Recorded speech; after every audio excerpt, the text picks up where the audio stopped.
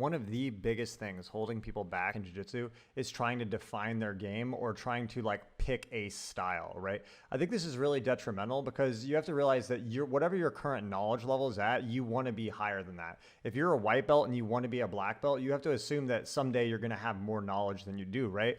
So when you're trying to build a game, if you make a decision about what you want your game to look like when you're more advanced, it's always going to be from a position of lack of knowledge. For example, if you never played spider guard before, you never played collar sleeve or berimbolo, because you've never played it, you don't really know how it functions. Like you don't know what it's like. So from a lower level position, when you haven't played the position, you may have bad ideas about what you think it's going to be like, right? Like if you asked a white belt, what do you want? What's your game? They may in their head, because they've seen a lot of highlight reels, be like, oh, I want to do all flying arm bars, right? But like, that's not realistic. The longer you train, the more you realize, oh, well, you can't really build your game just off flying arm bars, right?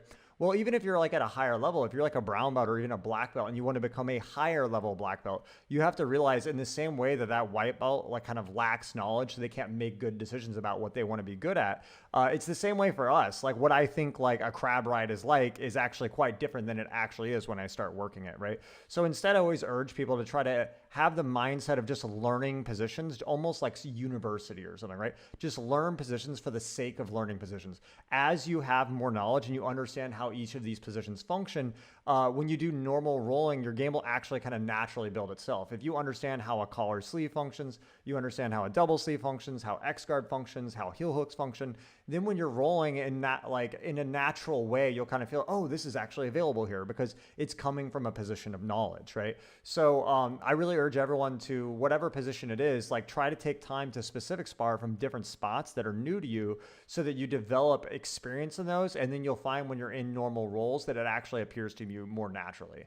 So instead of trying to seek out a game, instead seek out knowledge, seek out understanding of individual positions, and then it'll like naturally build itself. Also, another big thing with it is like you're going to hit a point of diminishing returns. Like let's say that you play spider guard all the time. You've had like 100 hours into playing spider guard, but you want to keep making it better and better and better.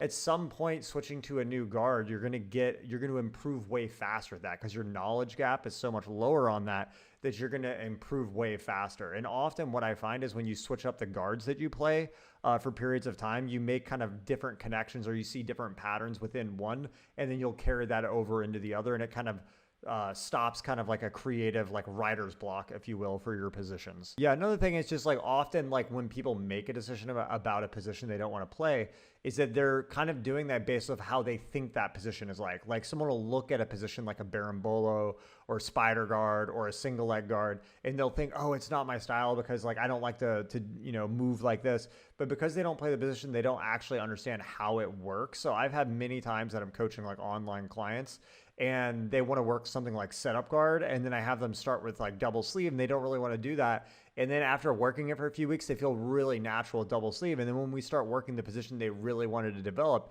it's actually quite a bit different than they imagined. They even prefer the first position, right? So always kind of question yourself when you're thinking that you know a particular game you want to play or don't want to play. And remember that because you don't understand the position itself, often it's not like you imagine it's going to be. Another aspect of like picking a new position is that it often makes jiu-jitsu exciting again. Sometimes you get into these cycles where you're playing the same positions all the time, and then like, you can't figure out what the next step is. And when you switch position, it's kind of like a reboot.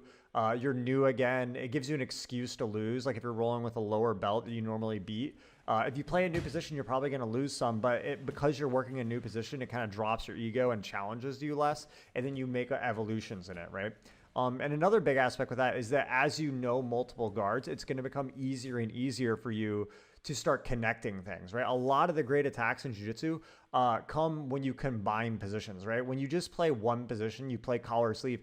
If you're fighting an experienced opponent, it's easy for them to predict what you might do next in that guard, right? But if you play collar sleeve, double sleeve, and de la hiva, then you can be playing one of those positions and fast change one of your grips from like say double sleeve to collar sleeve, and suddenly you're in a completely new pattern and sequence that's hard for your opponent to predict. If you watch all of the best guard players in the world, they almost always have really good combinations of different guards rather than trying to stay stuck in one position.